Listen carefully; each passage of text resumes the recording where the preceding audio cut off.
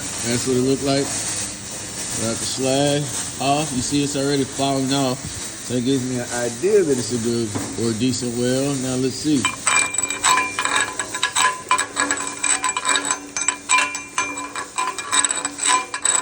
Good weld, shouldn't take much. Should fall pretty much right off.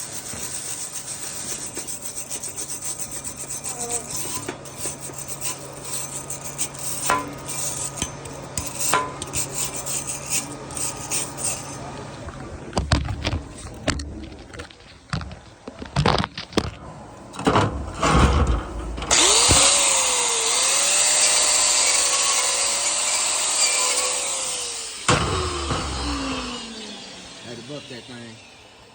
And you see it? Got some